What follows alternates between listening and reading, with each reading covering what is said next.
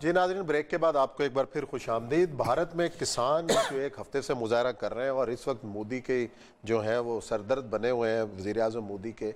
और ये जो मुजाहरों का जो सिलसिला है, क्या रंग ढंग दिखाएगा औरिया साहब? देखिए, इंडिया के बारे में एक मैं शायद कल भी हमने डिस्कस किया था कि मोदी के बारे में एक बड़ी कंसेंसस दुनिया के अंदर होता जा रहा है कि ही spoiling the entire nation India. वो बेसिकली एक किताब आई थी आज से कोई 30 साल पहले, इसका नाम था end of India, Khushwant Singh की।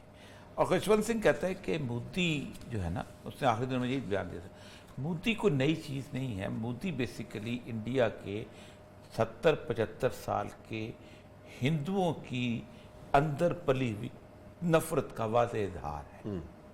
और वो कहता यह है कि मैं जब पहली दफ़ा 1969 में जो फसादात हुए हैं गुजरात के, तो मैं वहाँ गया था और वहाँ पर हुआ ये था कि उन्होंने मुसलमानों की इबादत गाहें जो है तोड़ी थी, ये किया था। और मैं एक साफ़ी था बहुत उस वक्त, तो कहता मैं जब पूछने बैठता था तो मुझे इतनी गुस्से से देखते थे कि तुम कौन यहाँ से आ गया। और मैं वहाँ पर से आहिस्ता आहिस्ता यहाँ तक कि मैंने वहाँ खाना भी नहीं खाया और वहाँ से निकल गया, क्योंकि मुझे पता था कि वो मुझे सिख समझ के मुझे कहीं मार न दे। दूसरा उसने ये कहा कि जब कभी मैं बात करता था कि फसादात कैसे हुए हैं, तो वो कहते कि दोनों तरफ हुए हैं, लेकिन कोई हिंदुओं की दुकान के ऊपर कोई साइन नहीं मिलता था। वो कहता यह है कि 75 साल से जो 1920 में शुद्धी संगठन की तहरीक चलती चलती यहाँ तक पहुँची है, और उसको फिर 1925 के अंदर जब हिंदू बनाया, उन्होंने राष्ट्रीय सेवक संघ बनाई है, फिर बजरंग दल बनाई है, वह विश्व हिंदू परिषद बनाई है।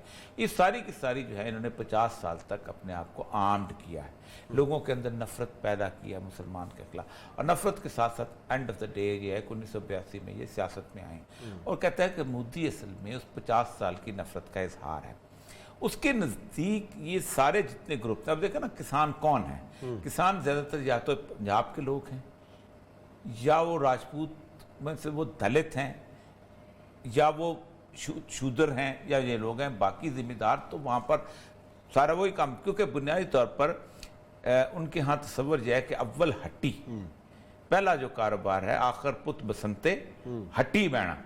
तो कारोबार जो है वो बनिया जो है वो सबसे इंपॉर्टेंट चीज़ है। बाकी किसान जो है वो तो बेसिकली बनिए के लिए। अच्छा, ये जो चेहरा है भारत का कि जो मोदी साहब जो कर रहे हैं, भारत के अंदर एक अनरेस्ट है, इसके बारे से एक तो जो साबिक DGISI हैं असद दुरानी साहब, उनका BBC को इंटरव्यू है, उसके अंदर उन्होंने ये कहा है कि अब जो है वो पाकिस्तान के लिए भारत को इतना बड़ा ख़तरा नहीं है। एक जो बात कही फौजी मुदाखलत के हवाले से तो उन्होंने अलग बात कही है, और दूसरा जो डोजियर वाला मामला है कि पाकिस्तान ने किस तरीके से जो भारत की ये जो सारी दहशत गर्दी के हवाले से कार्रवाइयाँ दुनिया के सामने पेश की हैं और उसके ऊपर दुनिया क्या एक्ट कर रही है, इन सारे इश्यूज को अगर मिला के हम देखें तो देखिए, पहली बात है कि असद दुरानी साहब का एहतराम अपनी जगह। असद दुरानी साहब MI के हेड रहे हैं, ISI के हेड रहे हैं, बड़े उस 1988 1990 और ख़ास तौर पर हुकूमत तकसीम करने वाला IGI वाला इशू।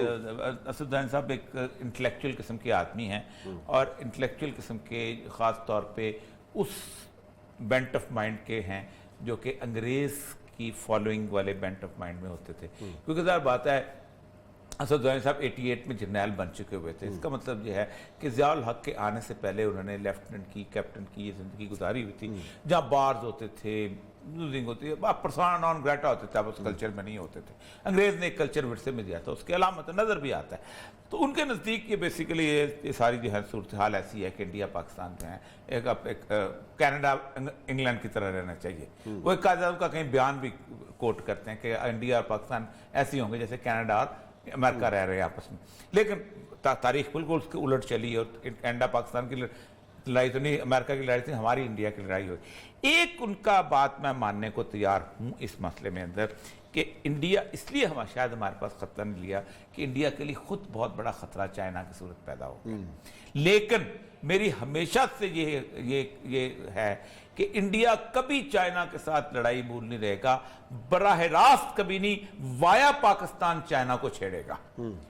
उसकी एक वजह होती है कि होता यह है कि आप अगर किसी बड़े आदमी से लड़ाई लेना चाहते हैं और आप ताकत नहीं रखते, तो आप उसके छोटू को पढ़ के 3-4 थप्पड़ लगा देते हैं। वो होता यह है कि वो गुस्से में आता है, छोटू भी अगर सबक सिखाने पे आ जाए, हाँ, ये है मसला। उनको अंदाजा नहीं है ना कि देखें मैं देखिए पूरे के पूरा इंडिया का अगर ज्योग्राफी उठा लें जी।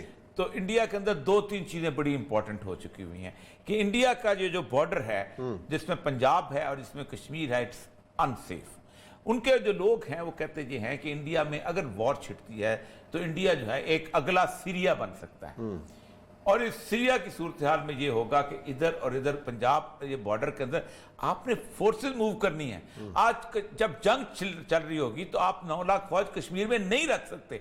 वो जब ठीक, और जब वॉर मूव करके यहां आएंगे तो रास्ते में सेफ कहां होंगे आप?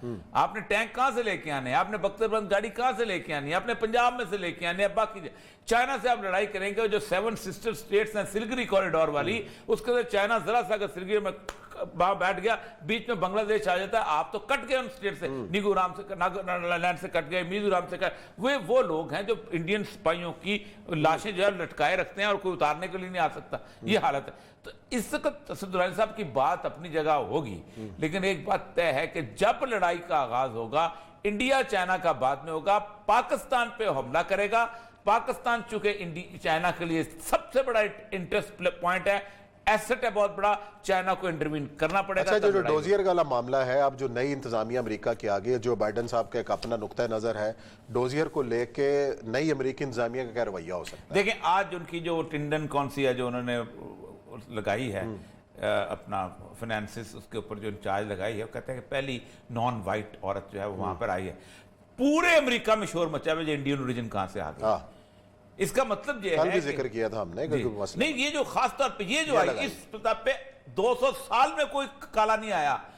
तो ये जो ब्राउन किस्म की जो है ना ये नाशपाती टाइप चीज, ये कहां से आ गई है? तो उन्होंने कहा ये, और पूरे अखबार जो भरे पड़े हैं और वो ट्रंप उसको प्ले कर रहा है। असल मसला ये है कि ये डोजियर जो है वाकई अगर बाइडन चाहे तो ये प्ले भी कर सकता है इस मामले। सही है, सारे सबूत मौजूद है। कश्मीर के मामले पे वैसे भी उसका अपना मौक़िफ़ है और लेकिन एक बात तय है कि जब लड़ाई का आगाज होगा, इंडिया चाइना का बाद में होगा, पाकिस्तान पे हमला करेगा। पाकिस्तान चूंकि चाइना के लिए सबसे बड़ा इंटरेस्ट पॉइंट है, एसेट है बहुत बड़ा, चाइना को इंटरवीन करना पड़ेगा। अच्छा, जो डोजियर वाला मामला है, अब जो नई इंतजामिया अमेरिका के आगे, जो बाइडन साहब का एक अपना नुक्ता नजर है, डोजियर को लेके नई अमेरिकी इंतजामिया का क्या रवैया हो सकता है? देखें, आज उनकी जो टेंडन कौन सी है जो उन्होंने लगाई है अपना फाइनेंसिस, उसके ऊपर जो इंचार्ज लगाई है, वो कहते हैं कि पहली नॉन वाइट औरत जो है वो वहां पर आई है। पूरे अमेरिका में शोर मचा है इंडियन ओरिजिन कहां से आ गई। इसका मतलब ये कल है भी जिक्र किया था हमने, नहीं, ये जो खास तौर पे ये जो आई इस प्रताप पे 200 साल में कोई काला नहीं आया। तो ये जो ब्राउन किस्म की जो है ना ये नाशपाती टाइप चीज, ये कहां से आ गई है? तो उन्होंने कहा ये, और पूरे अखबार जो भरे पड़े हैं और वो ट्रंप उसको प्ले कर रहा है। असल मसला ये है कि ये डोजियर जो है वाकई अगर बाइडन चाहे तो ये प्ले भी कर सकता है इस मामले। सही है, सारे सबूत मौजूद है। कश्मीर के मामले पे वैसे भी उसका अपना मौक़िफ़ है और ट्रंप की वजह से कुछ भी हो सकता है, कुछ भी हो सकता है। चलिए जी नाज़रीन, देखते हैं क्या हो सकता है। यहाँ लेते हैं ब्रेक, और ब्रेक के बाद आएंगे और जिक्र करेंगे कि आफिया सदीकी की रिहाई का मामला कैसे हल हो सकता है।